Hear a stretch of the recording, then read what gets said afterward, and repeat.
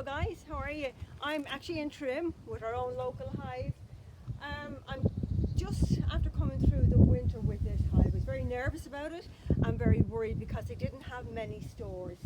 Now the food stores, they eat slowly, the food stores, so they can go and produce heat to survive throughout the winter months. It gets very cold, they get reduced right down to the size of a cluster.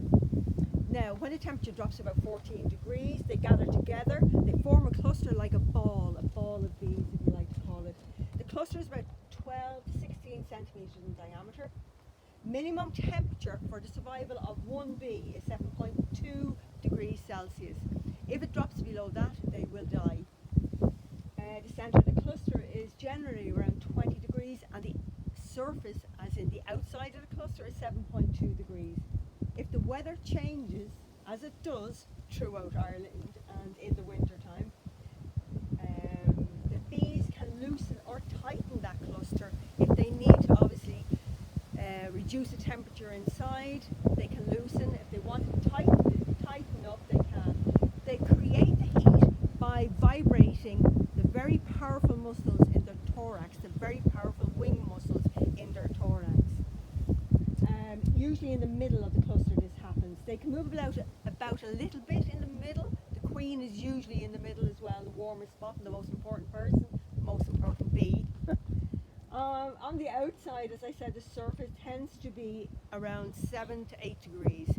Now, if it drops below that, the bees on the surface, they actually spread open their wings and form a shield around the cluster to keep the heat in. They bury their little heads in further into the cluster as well. Unfortunately, when it does come or to 7 degrees or below that, they can drop off and die from the edge, and other bees then take over that position. So sometimes, as I said, in the midst of this, they do tend to die off. But this is their altruistic nature, where they are prepared to give up their own lives for the survival and the overall survival of the colony. Now, in the midst of all of this, we also have our queen, who after the 21st of December, when the evenings start to get a bit longer and we start to get a bit brighter, the queen bee lays her first egg of the season. Much awaited for by the beekeepers.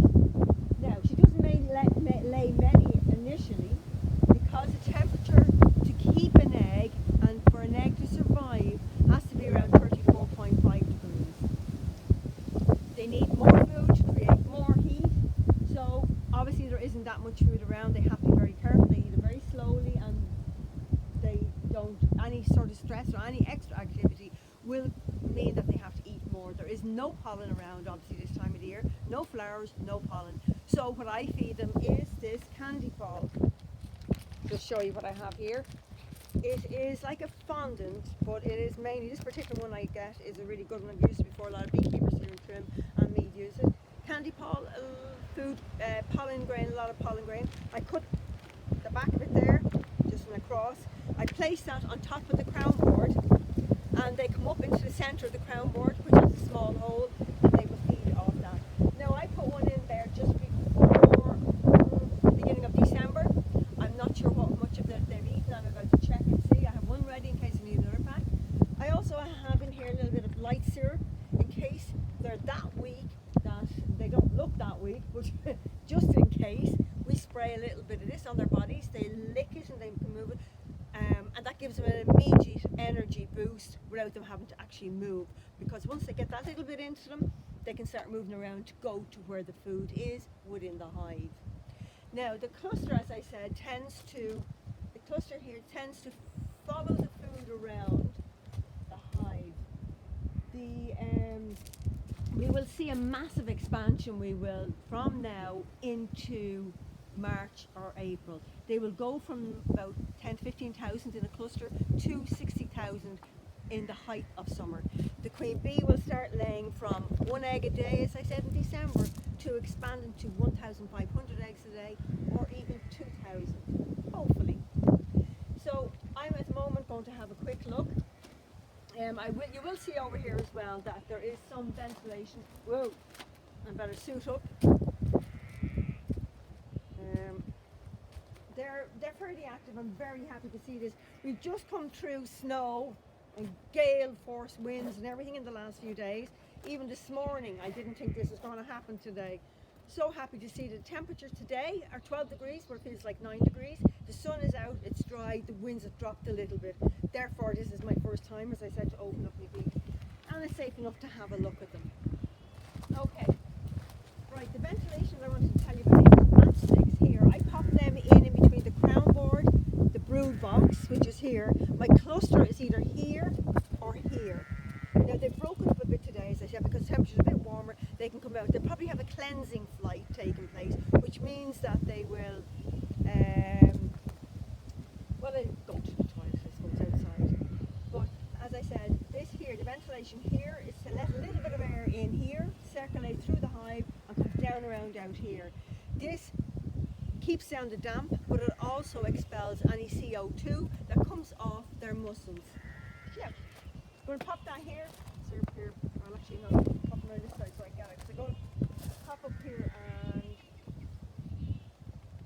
take the roof. I normally have the ratchets on here. You can see them here. I'll be putting them back on afterwards. So it keeps the whole thing together and strap it onto the stand.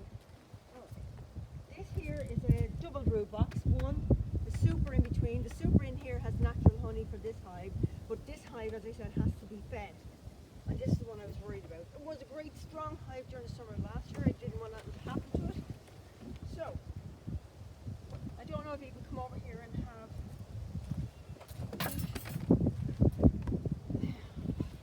I'm just going to take off the riser. And here I have the candy paw. So there is still a lot of candy paw left. Very happy with that. You can come over this side here. Because if you stand in front of the entrance of a hive, it's not a good place to stand. The flight path with the bees won't be too happy. So very quick, they have candy paw, this is good. Oh my God, very happy, very active. I'm not going to go right down into the rest of the hive because that will just reduce their temperature. The overall temperature of the hive, don't want to risk too much. I'm going to pop this back up. So I obviously don't need candy paw, they don't need syrup. Much stronger than I thought. I'm going to pop the roof back on again. Yeah.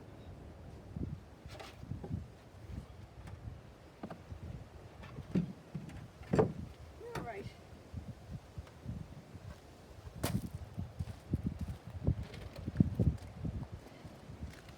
Right, so I'm going to reseal this back again. I'm going to have a look in March and we'll actually go through each frame. With 12 frames in this, hopefully we'll have 1 or 2 eggs at this stage, and that will increase on a daily basis as the days get longer, as the food keeps coming in. They have the candy paw there, they will love to continue on for at least another couple of weeks anyway.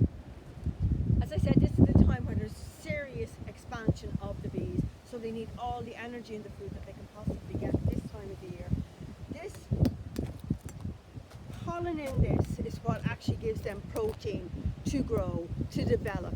This is what they need. It's not ideal, but as I said, there's no flowers around this time of the year. Okay guys, I'll sign off for now. I want to thank you very much for listening, and please God you'll be back around again in March. We'll have a look then. Thank you.